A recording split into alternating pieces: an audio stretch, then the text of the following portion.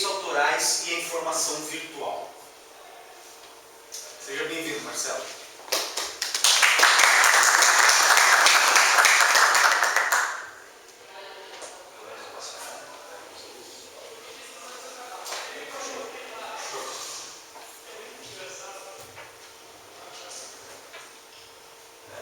Bom, em primeiro lugar, boa noite. Meu nome é Marcelo e vou falar um pouco sobre direitos autorais e a informação virtual.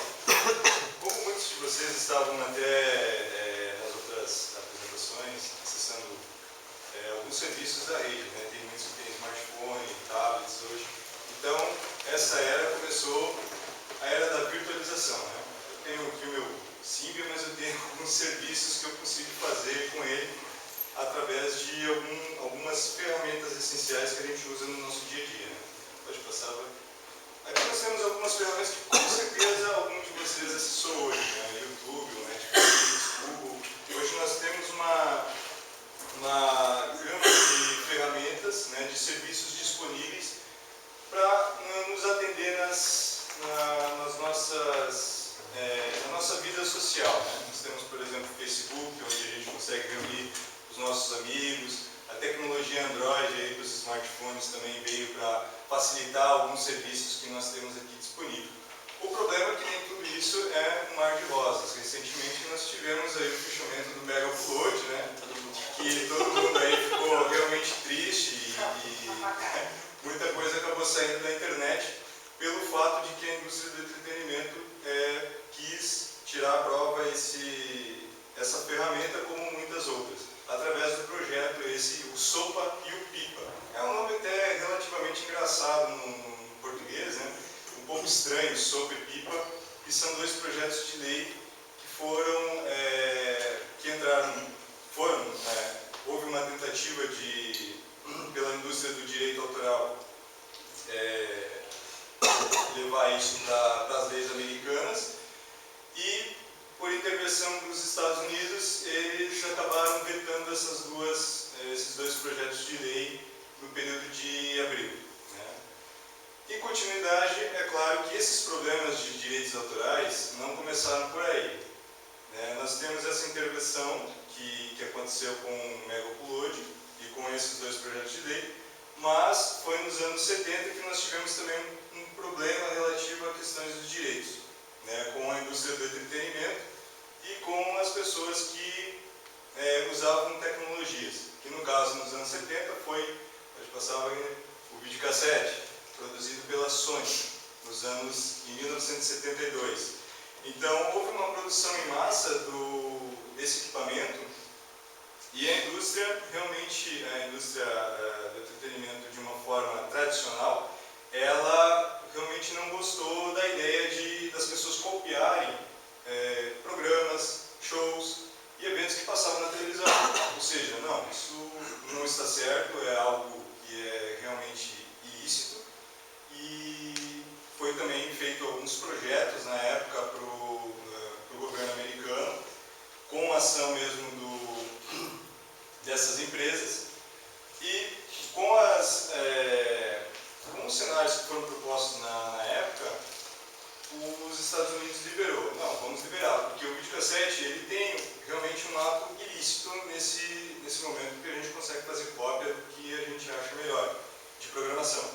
Porém, ele tem um ato lícito, né, que é aquele ato de você trabalhar com as informações. Então, a partir do uso do videocassete, as empresas, as indústrias essas de entretenimento começaram a ganhar muito dinheiro. Até porque pessoas aqui mesmo no Brasil e grande parte do mundo conseguiram ganhar muito dinheiro por causa das videolocadoras. Né? A gente conseguia ir a um estabelecimento, alugar um filme, um show, alguma coisa relativa a isso. Então ganharam bastante dinheiro em cima disso. Então a gente volta de novo a esse contexto dos direitos autorais e informação. Mas aí vem a história. E o autor? Né? A gente fala de direitos autorais, mas a gente não comentou nada sobre autores. Então, essa informação que eu trouxe para vocês hoje, esse tema, ele envolve os autores brasileiros. Né? Então, alguns autores que eu trouxe aqui para vocês, vou citar algum exemplo, que são a favores José Padilha, um grande diretor que recentemente vai fazer aí o filme Robocop, né? Então ele ganhou muito dinheiro com a publicação, por exemplo, do Tropa de Elite, né? Era possível fazer o download do filme e poder manipular ele da maneira como a gente achasse melhor. Eles simplesmente liberaram a publicação. E com o Tropa de Elite 2 eles começaram a ganhar mercado em cima da publicidade que foi o Tropa de Elite 1. Nós temos também Gilberto Gil, né, que muitas obras ele publica na internet, dá direito aos autores de poder usar esse tipo de música dele, até pelo fato de ganhar publicidade em cima disso. E ele é que nem a Ivete Sangalo, eles querem ganhar dinheiro mesmo com o trabalho deles, que é fazer shows e eventos. Banda Calypso, todo mundo conhece, é uma banda aí do Pará, né? E eles ganharam essa fama, né? Senão eles seriam mais uma banda apenas do Pará, conhecidos. Mas o que eles fizeram? Eles não tinham tantos recursos na época e eles acabaram fazendo cópia das músicas deles e começaram a distribuir para camelôs. E os camelôs é que deram conta do recado, né? Começaram a espalhar as músicas deles aí pelo Brasil afora. E tem Radiohead também, que foi uma banda que no ano passado eles liberaram um álbum completo deles no blog, onde as pessoas podiam fazer o download da maneira como achassem melhor e usar aquilo como achassem necessário. É interessante essa banda, por exemplo, é que ela tinha uma informação de que você poderia doar dinheiro para ela da maneira como você achasse melhor. Se o álbum fosse relativamente bom, você podia ir lá e dar uma quantia em dinheiro sobre a valorização do álbum deles. Pode passar? Então aí a gente trabalha sobre os direitos autorais brasileiros. A nossa lei, ela é de 1998, mas a criação dela foi de 1993 e só foi mesmo aplicada em 1998. Percebem que ainda nós estamos com essa lei de 1998. Ela está sendo agora analisada e está, através de recursos do que vai acontecer com os Estados Unidos sobre essa prática de liberação ou não de uso apropriado de informações, né, como música, filmes, e-books, que é um dos temas polêmicos também da situação. Eles estão ainda definindo o que vai ser feito daqui para frente, né? Então, como em 1998 estava realmente surgindo a tecnologia, a internet no Brasil, a gente tem aquela cultura de ser completamente livre, né, para fazer o que quiser na internet, como baixar música, filmes, imagens, ou seja, a gente faz o que achar melhor hoje, porque não existe uma lei que ainda seja, que entrou em vigor e que bate forte em cima disso. Não, isso você não pode fazer porque é um ato ilegal, você está ferindo os direitos desse autor. Então, em 1998 foi feito também alguns tratados desses direitos autorais, até porque não vale nada as leis serem redigidas, né, no nosso país, serem usadas aqui, se nos nossos países vizinhos chegou a ter essa liberação. Então, existem alguns tratados que o Brasil fez, e foi onde, por exemplo, a Convenção de Roma, né, onde na Itália esses direitos autorais funcionam lá também. Então, se alguém publica uma obra aqui e for publicar na Itália, por exemplo, essa obra rege com os mesmos direitos autorais que acontecem aqui no Brasil. E assim como as demais que nós temos. A última, então, os direitos de propriedade intelectual, ela já trabalha com o uso do software que nós temos hoje. Com isso, como a nossa lei de 98, existe aqui só diminuímos um pouco, saiu uma notícia, né, pode só dar um pouquinho de zoom agora, até essa informação foi feita em abril desse ano, em que o Brasil é o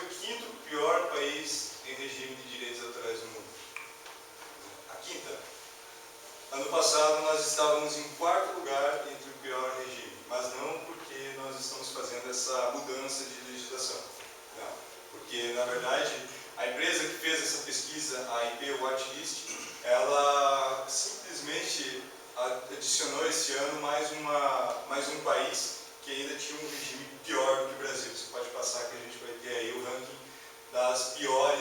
dos piores países que tem esse regime, né? Nós temos primeiro a Argentina, aqui fica difícil de visualizar, mas percebem que, por exemplo, os Estados Unidos está em último lugar, né? Em quarto seria aquela Belarus, né? Isso.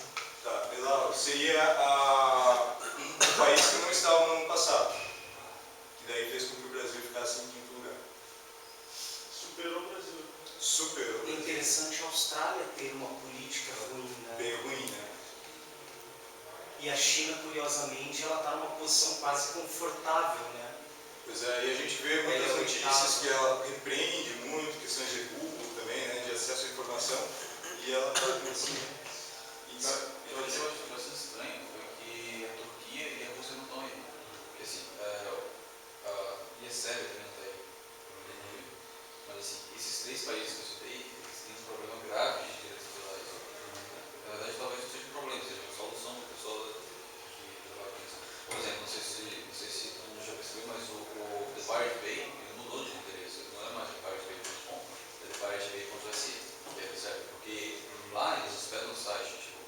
O Náutico, por exemplo, é o segundo maior site de compartilhamento do mundo. O Mediabom é o maior site de compartilhamento do mundo de MP3, de vídeos, esse tipo de coisa. Esses dois sites eram hospedados na Turquia ou hospedados na Rússia. Esses dois países, eles não, se algum artista for processar o site, pedir para tirar o conteúdo, eles não têm uma legislação que acompanhe isso, faça o backup deles. Acho que isso é interessante. Geralmente isso é uma pesquisa feita por uma empresa privada, né? Então provavelmente alguns países eles acabam pedindo essa verificação, né, para essa empresa. Marcelo, Pois não? o IAG ali, na verdade a tabela está ordenada em alfabética. Ele é o quinto, mas não pela sequência da esquerda, pela sequência da direita. Tá, verdade. Ok. Ele está em ordem alfabética, o overall lá que é a pontuação, ele tem 5 C menos. Então acho que é por isso que deu. Argentina, Então é Argentina, Brasil, Egito, a Tailândia e os Estados Unidos. Ok. É o segundo. Isso era um teste para ver se a gente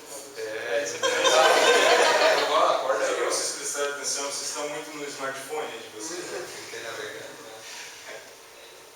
Então vai lá. Bom, os direitos autorais brasileiros, então, é dividido em dois. São os direitos morais e os direitos patrimoniais. Os direitos morais, ele fornece então para o autor e criador da obra a consagração da obra protegida por lei. Ou seja, o direito do autor é protegido por essa parte da questão intelectual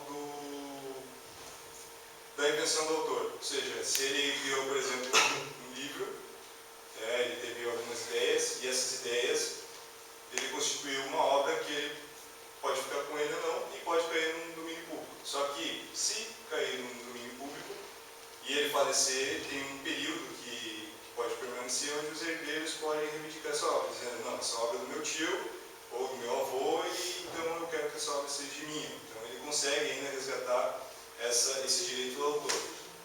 Direitos patrimoniais. 70 anos. 70? 70 anos. Acho que eu peguei aquela da Alemanha, que é 5 anos. Da Alemanha é 5 anos.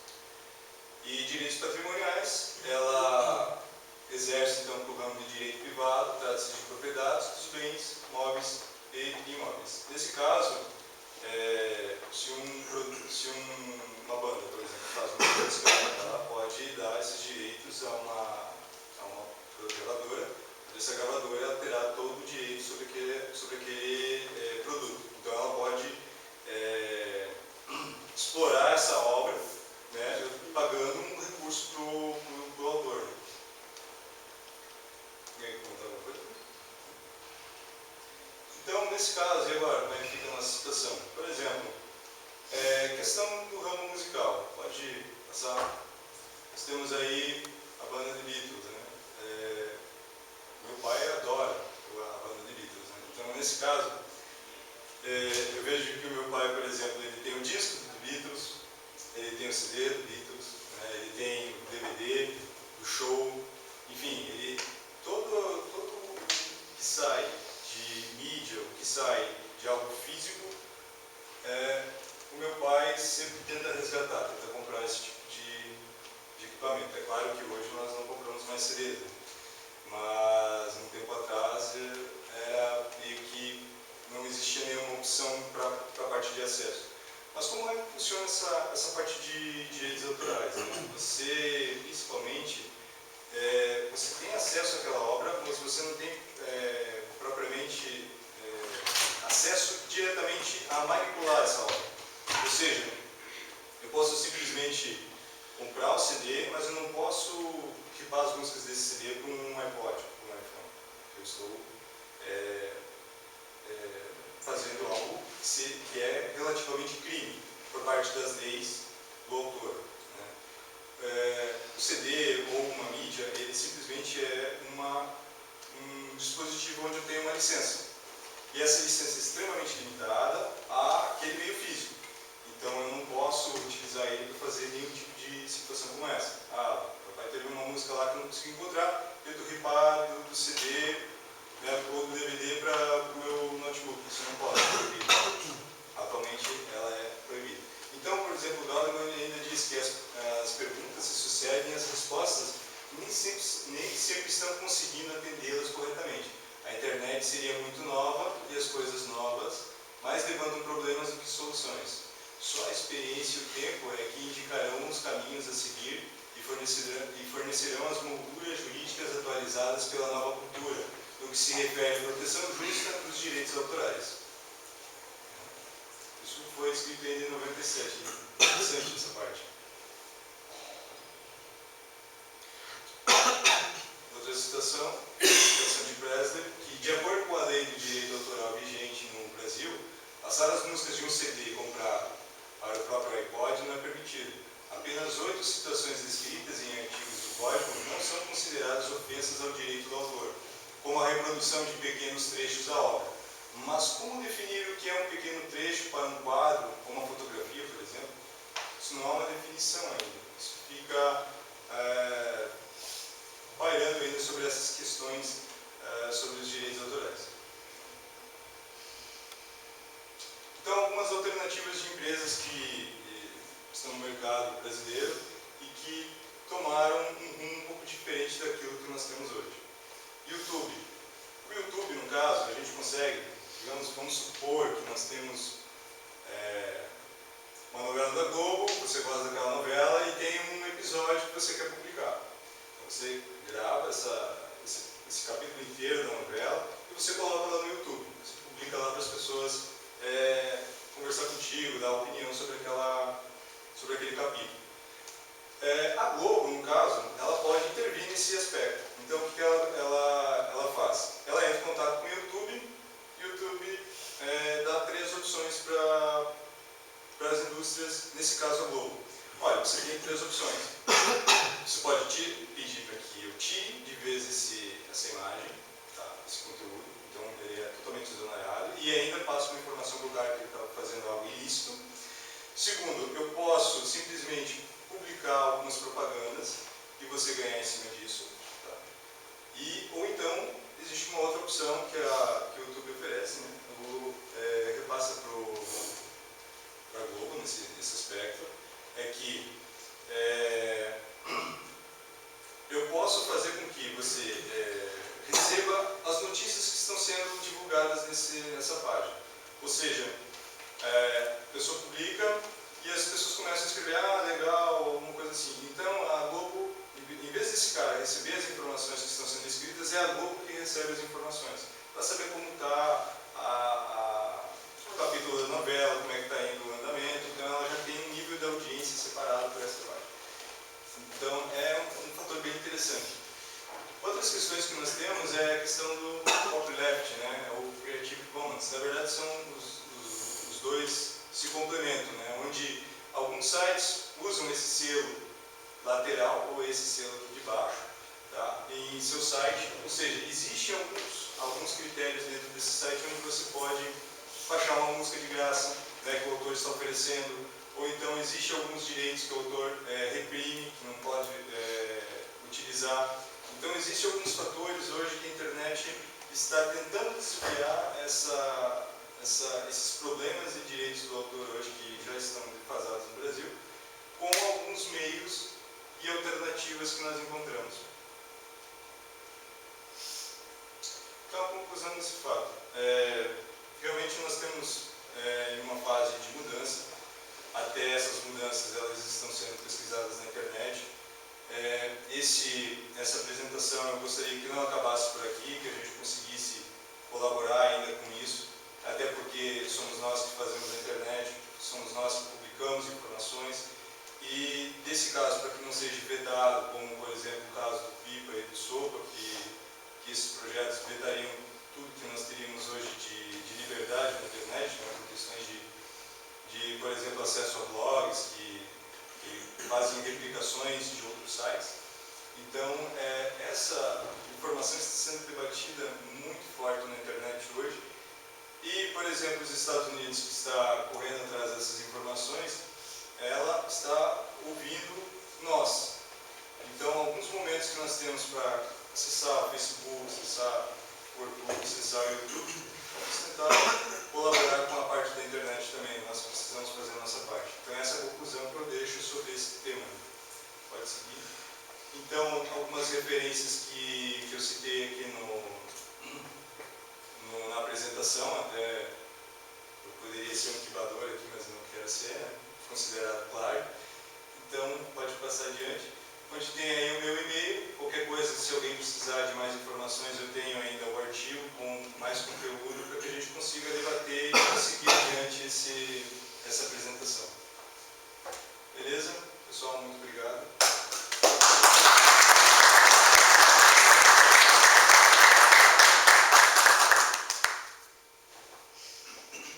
Perguntas? Mas eu sou entusiasta. Na verdade, não é uma pergunta, é um comentário, mas só. Excelente apresentação. Escutaram? Vocês, cadê? Escutaram?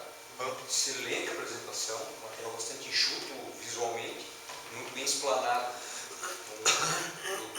Eu faço trabalhos de sala de aula com os meus alunos, quarto e quinto semestre, para a gente exercitar esse tipo de apresentação, e quanto mais a gente consegue fazer nesse nível de falar sobre o tópico, a palavra ou a frase curta, mais prende a atenção, mais a gente consegue entender o comentário, o assunto que você está tentando passar. Quando a gente carrega demais os slides, a apresentação fica mais maçante, mais chata. Sim. O pessoal já fica mais lá nos tablets, nos iPhones, nos smartphones, para poder ficar na então, excelente o material, a linha de raciocínio e a forma como você seguiu na apresentação. Parabéns, Marcelo. Marcelo, uma pergunta. Você usou o Prezi, que foi uma ferramenta que eu aprendi com a turma de vocês. Que nós aprendemos com o Zig. Quantos minutos, quanto tempo você demorou para aprender essa ferramenta? Ou seja, temos socializações. Eu tenho conteúdo, eu não quero usar PowerPoint, eu quero inovar. Quanto tempo você demorou? Uns 3 minutos. Porque é uma ferramenta onde tem um menu lateral, onde tem uma simplificação desses menus. E é interessante que você consegue puxar até imagens ou vídeos que você precisa adicionar do próprio site, sem precisar fazer o download primeiro para a máquina, depois baixar de novo, fazer o upload dele para o site. Então não há necessidade, você só coloca o link e ele já busca a imagem. Assim como se você tiver um PowerPoint pronto, você pode jogar o PowerPoint que ele já deixa em slides para ti e você só seleciona da maneira como tu achar melhor. Dessa parte eu criei, por exemplo, a linguagem do Prezi, até assim, as apresentações, existem várias apresentações colaborativas, é um software livre, né, um software que você, na verdade não chega a ser um software, ele é pela web, né, e você tem vários modelos que também podem te ajudar a fazer uma apresentação bem legal, interessante. Ok, então. Eu tenho mais uma pergunta só. Você fez um comentário, aliás,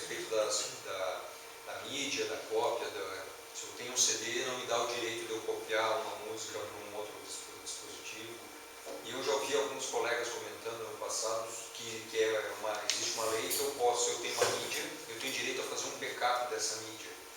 Porque quem tem CD pirata, ou DVD pirata, ou um software pirata, um disco ali, diz que isso aqui não é pirataria, é só um backup, é uma cópia de segurança. Nas pesquisas que você fez, encontrou uma referência a isso? Ou É que assim, como as nossas leis elas são mais antigas, a parte de informação de dados é extremamente limitada. Até porque em 98, bom, cá entre nós, a nossa tecnologia era extremamente defasada. Então, muita coisa mudou de lá para cá. Hoje em dia, tudo é feito na nuvem. Então, é por isso que a nossa legislação ela precisa mudar desse lado. Até porque, por exemplo, nós temos hoje, eu não citei exemplo, mas nós temos o Kindle, né? O Kindle é uma revolução para você substituir, por exemplo, o livro, né? Algo físico, você utilizar um equipamento. Só que até que ponto eu posso utilizar esse recurso? Por exemplo, um livro, eu compro, eu posso emprestar, eu posso vender, eu posso fazer o que eu quero com ele. Agora o Kindle, o que me garante que existe uma segunda, por exemplo, uma segunda programação em cima que está registrando o que eu estou fazendo? Entende? Se eu vender o Kindle, peraí, aquelas obras que eu comprei, eu posso? Essa situação que fica ainda em haver. Até teve um assunto bem interessante que foi em 2013, houve uma notícia em que o Barack Obama deu a Rainha Elizabeth um iPad com 40 músicas que eram músicas americanas. Deu para ela. Mas peraí, ele comprou as músicas, mas como existe uma licença limitada, ele não podia dar o iPad. Então, aí fica uma questão. O iPad, iPhone, tablet, ele é apenas um serviço, digamos, é um acesso para você ter um determinado serviço. Mas entende? O que eu posso fazer com ele? Então, essas informações não estão definidas. Até existe, por exemplo, cópia em massa de e-books que as bibliotecas estão fazendo hoje. E esses acervos digitais, elas estão paradas, porque eles não sabem o que fazer. Será que eles podem liberar? Vai ter cópia? Então, se fizer uma cópia já é algo ilegal. Só que, por exemplo, a biblioteca, ela, ao longo dos anos, a cultura dela sempre foi o quê? Liberar o acesso a obras, né, para que as pessoas que não têm dinheiro